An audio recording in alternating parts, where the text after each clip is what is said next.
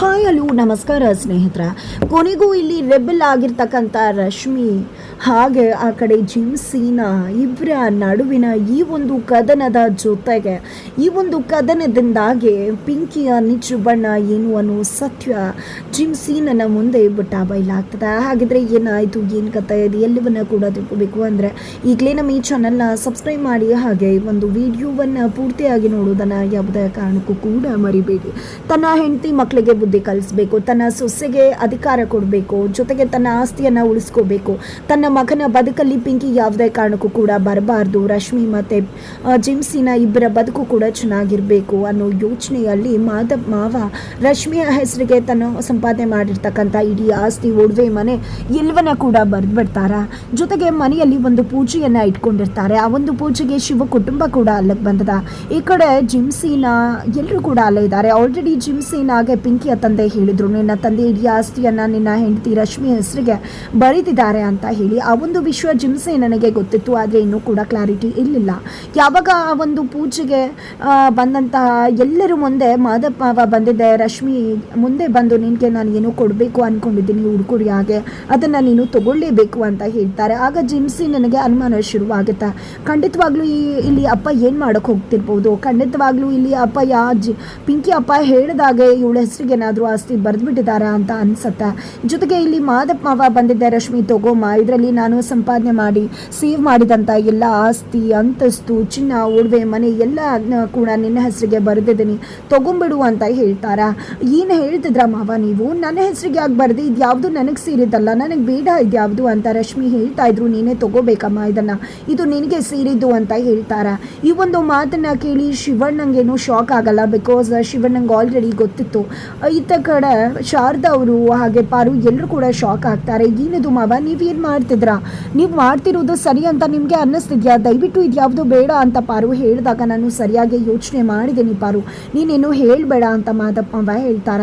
ಈ ಕಡೆ ಶಾರದಾ ಅವರು ಕೂಡ ಏನು ಮಾಡ್ತಿದ್ಯಾ ಮಾದಪ್ಪ, ನೀನು ಮಾಡ್ತಿರೋದು ಸರಿ ಅಂತ ನಿನಗೆ ಅನ್ನಿಸ್ತಿದ್ಯಾ, ಬೇಡ ಇದು ಯಾವುದು ಕೂಡ ರಶ್ಮಿ ಹೆಸರಿಗೆ ಬರೆದು ಕೊಡೋದು ಅಂದಾಗ ನಿಮ್ಗೆ ಗೊತ್ತಾಗೋದಿಲ್ಲ, ಇರಿ ಶಾರದಮ್ಮ ಅಂತ ಹೇಳಿ ಮಾದಪ್ಪ ಹೇಳ್ತಾರ.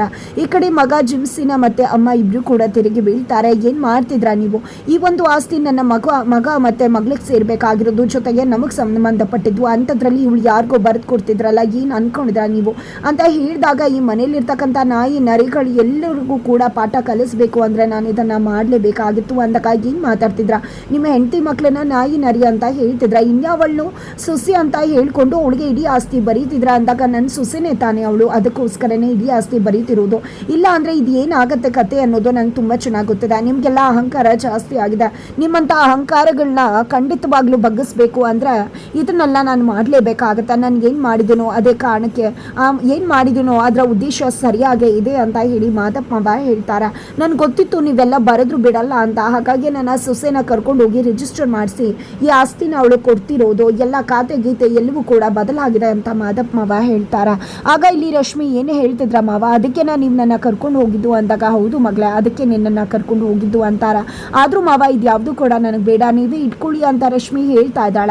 ಆದರೆ ಮಾದಪ್ಪ ಮಾವ ಕೇಳ್ತಾ ಇಲ್ಲ. ಈ ಕಡೆ ಮಗ ಜಿಮ್ಸೀನಾ ಬಂದಿದೆ, ಏನು ಮಾಡ್ತಿದ್ಯಾ ಅಪ್ಪಯ್ಯ, ನೀನು ಮಾಡ್ತಿರೋದು ಸರಿ ಅಂತ ನಿನಗೆ ಅನ್ನಿಸ್ತಿದ್ಯಾ, ಈ ಆಸ್ತಿ ನನಗೆ ಮತ್ತೆ ನನ್ನ ತಂಗಿಗೆ ಸೇರ್ಬೇಕಾಗಿರೋದು, ನೀನು ಬರೆಯೋ ಹಾಗಿದ್ರೆ ನಮ್ಮಿಬ್ರು ಹೆಸ್ರಿಗೆ ಬರೀ, ಅದನ್ನು ಬಿಟ್ಟು ಇವಳು ಯಾವಳ ಹೆಸರಿಗೆ ಯಾಕೆ ಬರೀತಾ ಇದೆಯಾ ಅಂತಾಗ ಏನು, ನಾನು ಯಾವಳದು ಹೆಸ್ರಿಗೆ ಬರೀತಾ ಇಲ್ಲ, ನನ್ನ ಸೊಸೆ ರಶ್ಮಿ ಹೆಸರಿಗೆ ಬರೀತಿರೋದು ಅಂತ ಮಾದಪ್ಪ ಮಾವ ಹೇಳ್ತಾರೆ. ಯಾರು ಸೊಸೆ, ಇವಳನ್ನ ಸೊಸೆ ಅಂತ ಹೇಳ್ತಿದ್ಯಾ ನೀನು, ಯಾರು ಇವಳನ್ನ ಸೊಸೆ ಅಂತ ಯಾರು ಒಪ್ಕೊಂಡಿದ್ದಾರೆ, ನಮ್ಮ ಅವ್ವ ಒಪ್ಕೊಂಡಿದ್ದಾಳ, ನೀನು ಒಪ್ಕೋತಿದ್ಯಾ ಅಂತ ಹೇಳಿದ್ರೆ ನಿಂಗೆ ತಲೆ ಕೆಟ್ಟದೆ ಅನ್ಸುತ್ತೆ. ನಾನೇ ಇವಳನ್ನ ಹೆಂಡತಿ ಅಂತ ಒಪ್ಕೊಂಡಿಲ್ಲ, ನಾನು ಹೆಂಡತಿ ಅಂತ ಒಪ್ಕೊಳ್ದೆ ಇದ್ಮೇಲೆ ಇವಳು ಹೇಗೆ ನಿನ್ನ ಸೊಸೆ ಆಗ್ತಾಳೆ ಅಂತ ಹೇಳಿ ಜಿಮ್ಸೀನಾ ಪ್ರಶ್ನೆ ಮಾಡ್ತಿದ್ದಾರೆ. ಜೊತೆಗೆ ಆ ಒಂದು ಪತ್ರವನ್ನ ಹರಿದಾಕ್ತೀನಿ ಕೊಟ್ಬಿಡು, ಯಾವುದೇ ಕಾರಣಕ್ಕೂ ನೀನು ಮಾಡಿರೋದು ಸರಿ ಇಲ್ಲ ಅಂತ ಹೇಳಿ ಹೇಳ್ತಿದ್ದಾರೆ. ನಿನ್ನ ಮಾತನ್ನ ಕೇಳ್ಕೊಂಡು ನಾನೇನು ಮಾಡಬೇಕಾಗಿಲ್ಲ, ಇಡೀ ಆಸ್ತಿನ ಸಂಪಾದನೆ ಮಾಡಿರೋದು ನಾನು, ಇಡೀ ಅಧಿಕಾರ ಇರೋದು ನನ್ನ ಹೆಸರಲ್ಲಿ, ಅಂದಮೇಲೆ ನಾನು ಸಂಪಾದನೆ ಮಾಡಿರೋ ಆಸ್ತಿಯನ್ನು ಯಾರ ಹೆಸರಿಗಾದರೂ ಬರೀತೀನಿ, ಅದನ್ನು ಕೇಳೋ ಅಧಿಕಾರ ನಿಮ್ಗೆ ಯಾರಿಗೂ ಕೂಡ ಇಲ್ಲ ಅಂತ ಮಾದಪ್ಪ ಮಾವ ಹೇಳ್ತಾರ. ಆಗ ಇಲ್ಲಿ ಜಿಮ್ಸಿನ ಸುಮ್ಮನೆ ಬಿಟ್ಬಿಡು ಅಪ್ಪಯ್ಯ, ಫೈಲ್ ಕೊಟ್ಬಿಡು ಅಂತ ಹೇಳಿ ಕಿತ್ಕೊಳ್ಳೋಕೆ ಮುಂದಾಗ್ತಿದ್ದಾರೆ. ಆದರೆ ಮಾದಪ್ಪ ಮಾವ ಬಿಡ್ತಾ ಇಲ್ಲ. ಸುಮ್ಮನೆ ಬಿಡ್ತೀಯೋ ಇಲ್ವೋ, ಆಮೇಲೆ ನನ್ನ ಕೆಟ್ಟವನಾಗಿ ಮಾಡಬೇಡ ನೀನು ಅಂತ ಹೇಳಿ ಜಿಮ್ಸಿನ ಹೇಳಿದಾಗ ಏನು ಮಾಡ್ತೀಯ ನೀನು ಅಂತ ಹೇಳಿ ಮಾದಪ್ಪ ಮಾವ ಕೇಳಿದ ತಕ್ಷಣ ಮಾದಪ್ಪ ಮಾವನ್ನೇ ಕೈ ಮಾಡಿಬಿಡ್ತಾನೆ ಇಲ್ಲಿ ಜಿಮ್ಸಿನ. ತಕ್ಷಣ ಈ ಕಡೆ ಶಿವಣ್ಣ ರೊಚ್ಚಿಗೆ ಹೇಳ್ತಾರೆ, ಉಗ್ರ ನರಸಿಂಹನ ಅವತಾರ ತಾಳಿದೆ, ಮಾದಪ್ಪ ಮಾವನ ಮೇಲೆ ಕೈ ಮಾಡ್ತೀಯ ನೀನು ಅಂತ ಹೋಗಬೇಕು. ಆಗ ಇಲ್ಲಿ ಪಾರು ಸುಮ್ಮನಿರು ಶಿವು, ಅಲ್ಲಿ ನೋಡು ಏನಾಗ್ತದೆ ಅಂತ ಹೇಳಿ ರಶ್ಮಿ ಕಡೆ ತೋರಿಸ್ತಾಳೆ. ರಶ್ಮಿನೇ ರೆಬಲ್ ಆಗಿರ್ತಾಳೆ. ಇಷ್ಟು ದಿನ ಮೌನ ಗೌರಿ ಆಗಿರ್ತಕ್ಕಂಥ ರಶ್ಮಿ ಇವತ್ತು ರೆಬಲ್ ಆಗಿದೆ. ಏನೋ ಅನ್ಕೊಂಡಿದ್ಯಾ, ನನ್ನ ಮಾವನ ಮೇಲೇ ಕೈ ಮಾಡ್ತೀಯಾ, ಇಷ್ಟೊತ್ತು ನಾನು ಸುಮ್ಮನಿದ್ದೆ, ನೀನು ನನ್ನ ಬದುಕಲ್ಲಿ ಎಷ್ಟೆಲ್ಲ ಆಟ ಆಡಿದೆ, ಆದರೂ ಕೂಡ ನಾನು ಎಲ್ಲವನ್ನ ಕೂಡ ನೋಡಿಕೊಂಡು ಸುಮ್ಮನಿದ್ದೆ. ಆದರೆ ಇವತ್ತು ದೇವ್ರಂತ ನನ್ನ ಮಾವನ ಮೇಲೆ ನೀನು ಕೈ ಮಾಡಿದ್ಮೇಲೆ ನಿನ್ನನ್ನು ಸುಮ್ಮನೆ ಬಿಡ್ತೀನಿ ಅಂತ ಅಂದ್ಕೊಂಡಿದ್ಯಾ? ಖಂಡಿತ ಇಲ್ಲ, ನಿನ್ನನ್ನು ಯಾವುದೇ ಕಾರಣಕ್ಕೂ ಸುಮ್ಮನೆ ಬಿಡೋದಿಲ್ಲ ಅಂತ ಹೇಳಿ ಕಪ್ಪಾಳಕ್ಕೆ ಬಾರಿಸೋದಕ್ಕೆ ಮುಂದಾಗ್ಬಿಡ್ತಾಳೆ. ಆದರೆ ನಿನಗೆ ನಾನು ಕಪ್ಪಾಳಕ್ಕೆ ಬಾರಿಸಲಿಲ್ಲ, ಯಾಕೆ ಹೇಳು, ಅದು ನನ್ನ ಅಣ್ಣ ಹೇಳ್ಕೊಟ್ಟಿರೋ ಸಂಸ್ಕಾರ, ಗಂಡನ ಮೇಲೆ ಯಾವುದೇ ಕಾರಣಕ್ಕೂ ಕೈ ಮಾಡಬಾರ್ದು ಅಂತ, ಅದಕ್ಕೆ ನೀನು ಉಳ್ಕೊಂಡಿದ್ಯಾ? ಇಲ್ಲ ಅಂದರೆ ಇಷ್ಟೊತ್ತು ಆಲ್ರೆಡಿ ನಿನಗೆ ಕಪ್ಪಾಳಕ್ಕೆ ಬಾರಿಸಿಟ್ಟಿರ್ತಿದ್ದ ನೀನು ಮಾಡಿರೋ ಕೆಲಸಕ್ಕೆ ಅಂತ ರಶ್ಮಿ ಹೇಳ್ತಾಳೆ. ನನ್ನ ಮಾವ ಯಾವಾಗಲೂ ಕೂಡ ನನ್ನ ಈ ಮನೆ ಮಹಾಲಕ್ಷ್ಮಿ ಅಂತಾರೆ, ಹಾಗೆ ನನ್ನ ಮಾವ ನನಗೆ ದೇವರು. ನನ್ನ ಮಾವನಿಗೆ ಮರ್ಯಾದೆ ಕೊಡದೆ ಇರೋರು ಯಾವುದೇ ಕಾರಣಕ್ಕೂ ಕೂಡ ಈ ಮನೇಲಿ ಇರಬಾರ್ದು. ನಾನು ಅಂದ್ಕೊಂಡೆ ಇಲ್ಲ, ನಾನು ಈ ಮನೇಲಿ ಇರೋದೇ ಬೇಡ ಅಂತ ಹೇಳಿ.